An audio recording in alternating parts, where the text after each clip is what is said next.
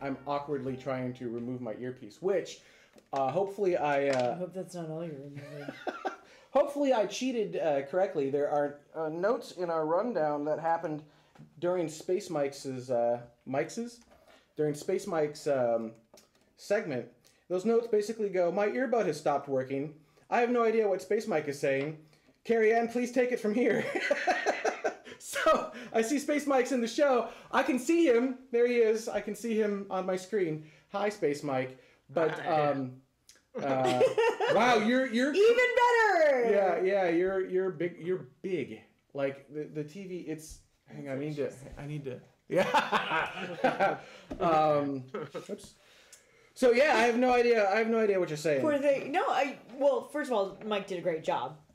He always does. It's I know, but I mean, it was great. And he was very animated. I could tell really that. He was very passionate about what he was talking about. And I'm watching him talk, and I'm listening to him, and then Ben's over here going. And I'm like, what are you doing? What's going on? And she was like, take out my earbud? Like, why do you what?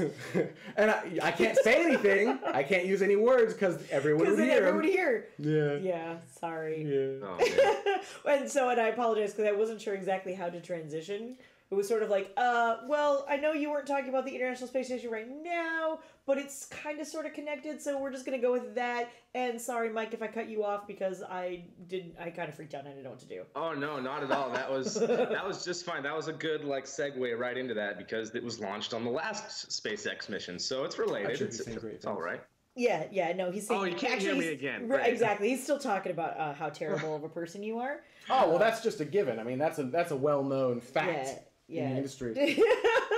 That's all the SpaceX news was. Ben is terrible. Ben is terrible. Ben is terrible.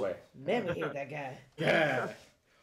So, and that Wanderers in the chat room. The Wanderers movie. The Wanderers movie is so amazing. I actually, for those who didn't notice, I tweeted at the lead art director for that, saying, please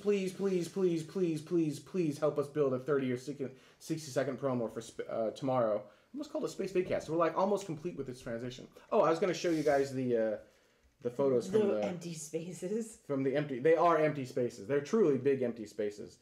I look great in purple though. That's really the motivation to have the gel back. I just want to let you know. You look great in purple? Yeah, I do. I look fantastic. You look well, I think it's your epic hair that you've got going on. Did you guys get a message from Sir Game-A-Lot about the Wanderers video being discussed in the past show? No. Okay, I got a link. Was it discussed in the last show? Our show? I don't know. Yeah, our last show was 3 months ago, so it's hard to remember. So, there's no connection between Lunar Mission 1 and Mars 1, is there? No, right? I know, I said the same thing, and I keep trying to call it Lunar 1 instead of Lunar Missions 1. Because anytime somebody was asking me about it, I was like, oh yeah, we're going to be interviewing Lunar 1, Lunar Missions 1, or I would call it Lunar Mars 1. I messed that up twice. That was really cool. As far as I know, I think the idea on both sides, they just organically came to the same kind of conclusion of this is the first time we're going to be doing this kind of a mission, and most missions are numbered, and it's the first one, and so you just call it 1.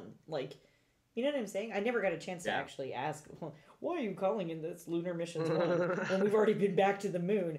But the same question could be asked of Mars 1, in particular, other than the whole human factor part of it, I guess. I almost want to video bomb your guys' next episode in the middle of the Mars 1 interview and be like, are you scamming people? If it makes you feel any better, can I tell them about the phone call? Which phone call? Oh, the one prior to next week's thing? Yeah. Yeah, go ahead. One of the sort of convincing parts in getting Mars 1 to come out of the show was, because I'm sure they've gotten a lot of flack from a lot of other people, and or they don't know who on earth TMRO is, and so who are these podunk kids from nowhere want to interview us? Why would we even talk to you? So there was a little bit of a vetting process, if you will, and Ben had a phone call, and I only heard Ben's part of the conversation, but I feel as though he asked some non-softball questions, and he didn't exactly go, "Are you scamming people?"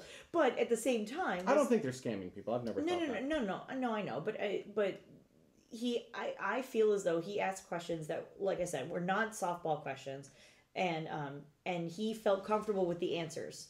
So I think you guys will be really comfortable excited. enough, right? I thought that they were reasonable answers. Yeah, well, you didn't get off the phone and go, "Oh, well, everything makes sense now." But you did get off the phone and go, "Actually, that was really interesting." And it's not something I remember hearing from anyone from Mars One say that before. That will be really cool, and that kind of thing. If that Hopefully, makes I can sense. get them to repeat some of those things. But yes, a lot of what he said put me at ease. Right. Yeah. So I'm not at liberty to discuss what was said on the phone call, but right. I'm not gonna. Right. Exactly. I didn't want to do any of that part. But still, all I'm saying is that there was a previous phone call. Ben had a great conversation, and I was actually a little bit surprised at some point that nobody hung up on you, because you were like, okay, yeah, but there's no way that you're going to be able to do this, that, or the other in the timelines that you were talking about. Like, I didn't let him off easy. If he skirted around the question, I'm like, yeah, but no. Yeah, he's like, no, but I work in the space industry and I know these things, and these are the other, and giving out data and what have you, and still you felt like you got a comfortable enough answer to that. I thought I got very reasonable answers for everything. Right. I didn't necessarily agree with every answer, but I felt that every answer was thought through and convincing enough where I have altered my position from Mars One. It is extremely unlikely that Mars One will succeed to it will be very difficult for Mars One to succeed. Right. But extremely likely and very difficult are two very different things. Right. And I think the only thing that will convince anyone in that position, I would put in the very difficult category, including SpaceX, right? Mm-hmm. All companies I put in the very difficult, because getting to Mars is very difficult, so it's very difficult to succeed.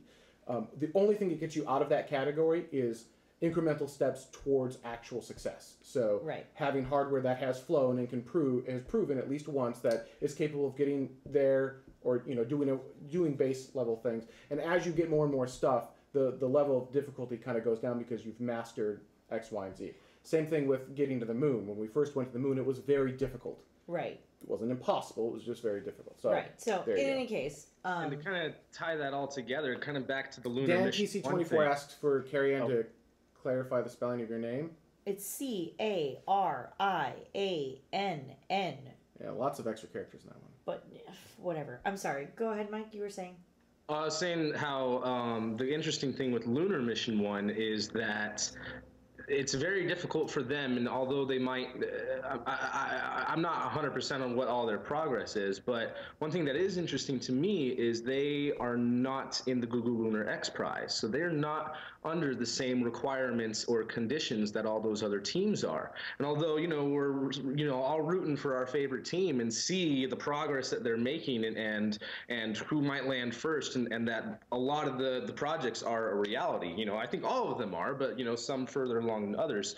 Lunar Mission 1 is not under all those same rules that Google has put forth for the teams. So, I mean, even though he was talking in the interview about being 3-5 years away and possibly even further, there might be a chance that they could be the first of the commercial batch. So I don't know, just kind of interesting. Could be. No, yeah, it is really interesting. They are also doing completely different things. One is like get down, roll around a little bit, take some pictures, take some videos, send that stuff back, and then die. The Lunar Mission 1, I mean, the drilling, the depths that they want to drill are just really impressive. And because I forget who it was, but I was talking about this casually with someone, probably a barista, and they were saying, well, what's the big deal? Didn't we already basically do some digging when the humans were up there? Why is this such a big deal at this point? And I was like, well, yeah, but I mean, it's the difference between you taking your cute little plastic shovel at the beach and you scooping up, a couple of fistfuls of sand versus drilling all the way down. They're drilling a well. In regolith, mind you. Regolith is nasty stuff. See, at the beach, there have been millions of years of waters polishing that sand and making it nice and soft and fairly easy to work with. Regolith is basically sand with jagged edges, and it cuts through things and destroys equipment. Yeah. Eats through airlocks. So it's got to be like a much bigger nasty. thing. It's got to, it's got to have, I would imagine, backup systems. It's not moving anywhere, so at least you don't have those parts to sort of worry about. But yeah, it's interesting. It's interesting. I'm glad that I remembered to ask him how he got the idea to combine these two things, because one of the very first things that he said was, oh yeah, we're going to the moon, but the real exciting thing is we're depositing stuff. And I was like, who says that? That was the weirdest. That's not how I look at it. I if you're trying to get people excited about going back to the moon, should they already be excited about going back to the moon and doing the science-y part of it? Because there's a lot of science that they really do want to do, but he was really, I don't know, it was cute. It was kind of cute that he was all excited about depositing hair or I don't know. It was interesting though. Even though it might be a technological challenge, it's really smart because it's appealing to the internet and all the people that normally might not be interested in space. And they're just like, oh, I can send my hair to the moon? Awesome. I can send, that's cool to non-space geeks. So that's very smart business for him to get this whole thing funded. You think the same thing about Mars One? Could that have the same impact on non-space geeks? Or similar? Yes and no. However, I feel like that the same effect has occurred, but maybe in a negative way, because no one's been to Mars yet. If NASA had already been to Mars, then I think that your everyday regular person would be more positive about it. But since it hasn't happened yet, all the naysayers are just like, that's impossible, regardless if they understand what is involved with it or not. Fair enough. Fair enough. Somebody in the chat room, Rickian, I'm probably still pronouncing it incorrectly, wants a reminder of your YouTube channel, Space Mark. Oh, we normally do that in the show, so you get some promotion for Epic Future Space. I'm sorry. It's youtube.com/OTMikhail, OTMIKHAIL, or just search Epic Future Space in the search bar, and you'll see my mug show up all throughout the list. We have to do the same thing because we have the Space Vidcast name, but we've been trying to acquire the TMRO name in YouTube, and it's a dead account, and no one's checking that email. And I even did a trademark because we have the trademark for TMRO now. That's how we got the Twitter account. Even did the trademark with Google, and they were like, "No, you can't." Sorry, it's like no. Yeah, like so I've been moving that up channel. the flagpole, but everyone I'm moving it to is like, yeah, no, this is not going to happen. So for those who know me, I do not accept no, this is not going to happen for things that can absolutely happen. So I just keep moving it around through different people until I will find someone who says, yeah, if we change this, will you shut up and go away? So that's pretty much how that's going to go down. It may take a while, but yeah, that's... Also, apparently, the internet collectively thinks that Mike's eyes are dreamy. Oh, no, I agree. He, yeah. How you doing? Okay, that was creepy. Man. Only on live internet television. Yeah. You guys want to see screenshots of... Who doesn't want to see pictures of empty rooms? I know I do. Pictures of empty rooms. All right, Dada, it's in Media Player 2. There you go. So... It's an empty room. I wasn't lying, you guys. It's an empty room. Here's an empty room. This is the first space. I like this space because it's the least expensive of all of them at just over $1,000 per month. It has a bathroom. It's a giant open area, which is good, and it's a fairly quiet area as well. But there's no place for the control room. Let's see how. Here's the reverse shot of that same space. So you can see the door on the right side. That's where you go through to get into basically the lobby.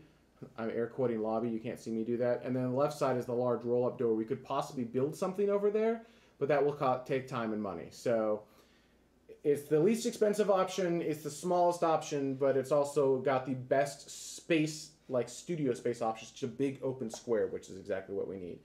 The next option is this guy here. So this has a mezzanine area, which you can see kind of on the right-hand side here. You can kind of see there's a pole in the bathroom on the left side. If you look over here, there's another pole. So the problem is those poles that are holding up the mezzanine, they're kind of in the way. But at least it has that neat mezzanine area, which we could use to drop a control room into. Are there 2 poles or just 1? There are 2 poles, actually. Yeah, so. it's hard to tell in those pictures. It On seems the like that's a pole, and then you see the other picture, and you're like, oh, obviously that's the same pole. They are different poles. So They that's are a 2 pole that's different close to poles. the bathroom, and then this is actually a different pole closer to kind of the other area. And that's kind of where the studio would have to be. If I flip around 180 degrees, there's actually a roll-up door and some stuff in our way. We could potentially do it against the roll-up door, but not blocking the roll-up door would kind of be ideal because then we could use it to transport larger pieces in and out. But maybe that's not an option, and we just have to block the roll-up door. So Patrick's putting the control room behind the camera. We used to do that. We Yeah. used to do that. Well, it was behind set. It was, behind the set. Yeah. Well, yeah. He said behind camera, but I interpreted the same exact way Oh, you yeah, did. yeah, I was yeah. like, oh yeah, no, we used to do that actually. So here's the final space. Wicked likes this one because viewers can then come and then throw stuff off from the second floor. Actually, yes. So a side thing with this space and the next space I'm going to show you is we could start Space Up Orange County, and we could break these into individual spaces a little bit easier, right? Space Up OC. Space Op. Spayak. Space. Spook. Space UPOC. So yeah, Space I Up have to Orange. rethink that one. We could start Space Up Orange County and host it in our facility, and this is actually fairly well suited for a Space Up, right? Because you could break the bottom area into 2 kind of different rooms, and then you've got kind of a third room in the mezz area up here, and there would already be some sound baffling to kind of it'll absorb the sound, it won't eliminate the sound. Right, so it's the stuff you see behind us now. Right. All right, so that's the second space, and here's the third space. There was someone storing stuff in there, so you don't get a really great idea of it. But this is the largest space. The last space was about $1,500. This one's about $1,800 a month. So it costs more than all of Patreon for the entire month, which might be all right. Patreon's continuing to grow, but this space is a little over 2,000 square feet, if I remember right, and it has the smallest potential studio space, but it's actually really great, again, for space ups. It also has a mezzanine area as well. If you look at the top of that picture, you see that teeny tiny window?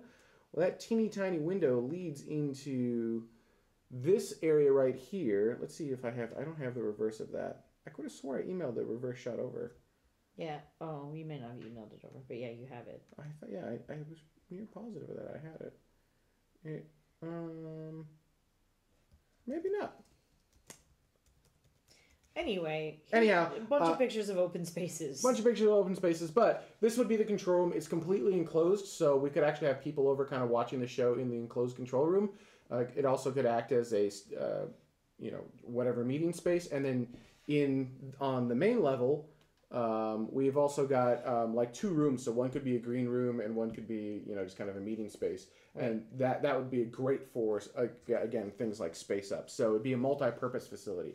So the more money we spend, the more multi-purpose we can make it. But then, of course, the more money it costs. Oh, you guys suck. Why? What are they saying? I was talking about how it was a bunch of pictures of empty spaces. And then Dan TCU24 says, not empty space! And Destructor 1701 says, I know, right? Talk about false advertising. Withdraws Patreon funding. I'm trying to get this done before 2015 if I can. I'm trying to make a decision before 2015 if I can as to whether we're going to stay in our apartment for 2015 and simply swap out the sound foam for basically the same thing but in white, and then extend it all the way to the ceiling and all the way over. So that we'll have, and then swap out this table. Basically, it'd be the same table with a white top instead, but otherwise the same. Or if we should go on for a full space. Mike has a question. You guys should do both white and black, kind of stylized for the whole space shuttle thing. We should do white and black for a whole space shuttle stylized thing. Except we're not shuttle huggers, so no. Yeah. What? You say while wearing the Chasing Atlanta shirt. Or what do you say? No. His whole face said it. We didn't watch No. it. He goes, what? The shuttle was a magnificent and beautiful vehicle that needed to retire 10 years before it actually did retire. It is what the shuttle is why we are stuck in low Earth orbit and have been stuck there for so long. Apparently we're looping and That's hilarious. So I told everyone that they suck, and now they're all in a loop saying, "You guys suck so much. You guys suck so much. You guys suck so much. You guys suck so much." And now the live stream has crashed. That's so sad. Oh, I feel bad now. Oh, man.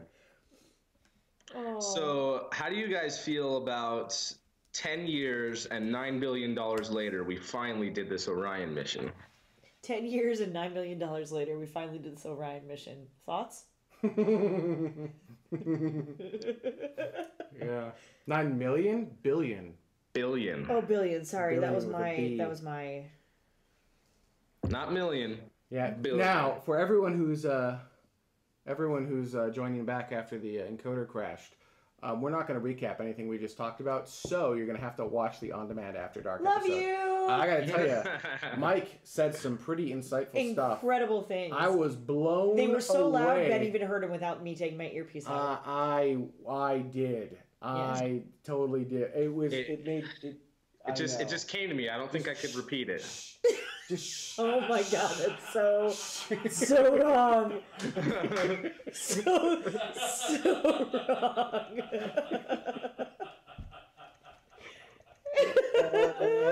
This is why you pay for the show. Mars One is watching and going, there is no way we are ever going to show up. Nope. I liked your comment about that, Actually, Carrie. I think They're probably Mars One will be one of our the larger Maryville, episodes. Nevada Gazette wants to find out if we're serious or not. I don't know what he said. It was awesome, and it was all about how you're not funny. That's true, too. That's not what I said. That's not what I said. Poor Mike, he's freaking out now. No! Does Ben know, like, sign language? I'll sign the rest of my comments so he knows that I'm not talking shit about him. He wants to know if he knows sign language. I don't. I've always... But I'm guessing neither does Mike. So Actually, I have always wanted to learn sign language. It's a time issue for me. But I think that being able to communicate with Carrie Ann, and she needs to learn it too, being able to communicate with other people silently and like over large distances. okay, here's the deal. We've been married for A, entirely too long, and B, 44 years. at least. And you should know what I mean when I look at you and I go, do this. You mean, give me more information on what you're... Right. How many times have you gone, ow, why did you kick me under the table? While we're at dinner with like Mom, family. Dad, and Dad Dog are watching right now. It was never their fault, and you know that. Space Mike WBA1 would like to know when Falcon Heavy is going to launch. This is how that works, by the way, next people. year. Bye, Ben. Hopefully sometime next year. That is what the rumors have been going around, but there's nothing set in stone just yet. They have plenty of first stages for it, and I don't exactly know how far along their integration has been for the fuel cross reads, but I imagine that they're pretty far along with that. So that's the rumor. That's the word right now, is sometime next year. Not sure when, and hopefully it happens. I just hope it happens, period, at all next year. So. Right? The dang thing will launch when it launches. Destructor1701 is asking, is Mike on the subreddit, or in the chat room, and or what are his usernames? If you feel comfortable giving those out. I hate to tell you guys this, but I actually don't Reddit at all. Mike doesn't Reddit at all. The only time I even get on Reddit is to like find interesting mods for a Kerbal Space Program. Nice. Somebody did see the mug. Somebody saw the floating arm, so you didn't get away with that. That was hilarious, though. I'm trying to like keep a straight face, or I can see this like. Shun the non-believer! Shun! So sad. No, I would appreciate Mike being in the chat room, but that doesn't make a whole lot of sense for him to be on screen and in the chat room at the same time. It's difficult enough for us to do that, let alone when he's taking on entire segments by himself. And I've actually been trying to connect to the chat room this whole time. Oh, but actually. I can't get in, so. Sad. Yeah. Space Mike, the chat room brings up a very valid point. The /r/SpaceX subreddit is pretty freaking spectacular. I mean, it is a shining beacon of awesome in a otherwise bleary Reddit community. And that and /r/TMRO. But Obviously. seriously, /r/SpaceX is why we made the TMRO subreddit, because I saw that and I'm like, yes, I want this. I highly recommend it. You don't have to post on it, but it is a wealth of amazing information. That and NASA Spaceflight L2, which if you want the technical nitty gritty, there you go. You know, I have a mystery benefactor, because someone has been paying for my L2 membership for like 5 years now. I have no idea who. I've tried asking around, can't figure it out. So I love L2. There is so much good stuff on L2. Did you just boop his nose? Yep. I got another one. Go ahead. Something there. There we go. Much better. He says it's much better. Thank you. The magic of the internet, ladies and gentlemen. Oh, yes. man. Yes. Actually, Ben, All right. lean your head just a anything little else bit more. we Lean need your to head just Oh, a we don't little need this to. way. What Which do we? way? Oh wait, like this? I don't Yeah. No, we gotta.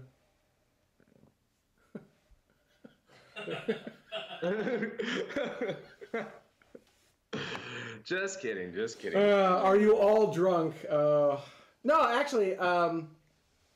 No, it's only 3 o'clock. We're only halfway drunk. Thank you. I don't know what he Just said, kidding. but you know, He thank you. says it's only 3. We're only half drunk. Actually, I think the Skype session worked a lot better with Space Mike this week. I think his frame rate was better, his video quality was better. I just think it was a much better, smoother thing. All I need to do now is figure out how to get rid of the stupid preview in the lower part of the screen. I may have to just. I didn't even notice it. Use Windows instead. It blended in with my very colorful background. All right, are we done? We don't need an open this week. Vax did the open for us. Boom. Well, it was fun, guys. It was Great fun, job. Mike. Thank Yeah. you. And good job on the interview. You did it very good. I did okay, and thank you. I appreciate You're it. so hard on yourself. I thought you did fantastic. Well, it's really difficult to know how you're doing in the middle of it, isn't it? Absolutely. I think that's why, for those who don't know, after every single show, I turn to Dutta and Carrie Ann and go, how was it? Because I have no idea. I have a general feeling if things kind of went right, if it felt like we were doing good, but you don't actually know how it was until you go back and review the show. And we do review every single show. And let me tell you, watching yourself on camera is the most uncomfortable thing you will probably ever do in your life. It is not fun. So, I can't even watch any of my YouTube videos. I think it makes the show better. Right? Yeah. Oh, well. I understand. Yeah. I understand. All right, Thank you. people. Thank you. I think we're done. We've taken up enough of Space Mike's time. Thank you again, Space Mike. We'll see you probably next week for a recap of CRS-5. Awesome. We'll see Great, you guys next cool. time. And thank you, Internet community, for being... I do love that you can do that, Detta. It's such a simple CRS5 effect. isn't launching next week. Uh, CRS5's launching the week after. Oh, okay. I know what the date is. I don't know what the date is. No, I'm just saying that today's date is like the 6th, isn't it? That is correct. You're right. Yeah, today's date is the 6th. Where is Space Mike located? Do you know? Not here. He's in weird mountain time somewhere. Oh yeah, he's in Mountain Time. This is funny because I Remember normally where the F mountain time is? when I give times to people, and I know they're in the U.S. But I don't know their exact location. I give Pacific, Central, and Eastern because that covers 99% of the population. Right. And I don't give Mountain because why? I'd like to make it shorter. Sometimes I'll just do Pacific and Eastern. Zigger, thank you. Okay, and that's why I said I was a little afraid to continue to ask questions because I felt like I was getting a lot of answer. Like a lot. I mean, I'm glad he was really excited about it, and it really is really interesting, and we do want to, all things and people and stuff, I guess. I'm excited to see the Vax Elmo interview. Yeah, dude. Especially because, what did you call Vax? The real life Doc Brown? Yeah, pretty much. He is. So for those of you who remember Back to the Future, Doc Brown, 1.21 gigawatts, right? Great Scott! Great Scott! I picture Vax in my mind. That is Vax. Like, that character is made after Vax. He's got the amazing hair. He is just brilliantly crazy. Crazily brilliant. I don't know how to word that correctly. But he's depending upon the day, he's either just a brilliant rocket scientist or a brilliant evil villain. It depends on how he's feeling that day. To Wicked, I almost agree with you. Should start a church of UTC saints and go door to door forcing UTC down everyone's throats. So for those of you who got the live stream, I don't mess up time, right? So I argue and debate time with people like UTC versus BST, which is British Standard Time, and people who actually go in and out of UTC's times. They're like, well, I live here, so I should know. And I'm like, and yet you don't. And then I present them with all the factual information, and they go, I had no idea. This is what happens. This has happened more than once. And I screwed up time for this show and for our next show, actually. Yeah, I was super confused by I do not know why, but I accidentally entered in 2 p.m. Pacific Standard Time for the show times, full well knowing that they're at 1 p.m. So for anyone who got an email that was an hour off in your own local time zone, that would be 2 p.m. Pacific, 2 p.m. Mountain, 3 p.m. Central, or 4 p.m. Eastern. The other one. Yeah, it would have been off by an hour. Sorry. Yeah, I fixed both shows, but like you probably already got the notice. Zigger, me too. WTF, man. How many notifications do we need about this week's show, eh? How many notifications did you get? At least 4. Really? Yeah. Oh, because you got the initial notification of the creation. Sure. Then I uploaded the promo video. Great. Then I uploaded his image. Oh my god. And then the show is starting. Yeah, if you could not do that next time, that would be awesome. Yeah, what I should do is... I'm sorry, everyone. I'll find a better way to do that. I didn't realize it did that. I didn't realize it emailed you every time. Yeah. Sorry. I'm sorry. I had no idea. Well, that's partially my fault because I didn't tell him it did. I'll fix that. You probably got email notifications for the next episode, too, so I'll try to fix that, too. All right, on that note, I think we're done. We have a train ride to Union Station. Yeah. All right, we're going to Union because we've got the new Arctic station that just opened up today right up the street from us, and we want to go check it out. So thank you, everyone, for joining. We will most likely be back next week with Mars 1. If we're not next week, we'll be the week after. There may be a schedule conflict next week, so we'll find out. So watch our Twitter channel at TMRO. Otherwise, you're going to get about 9 million emails from the live stream when the time is right. So see you next time.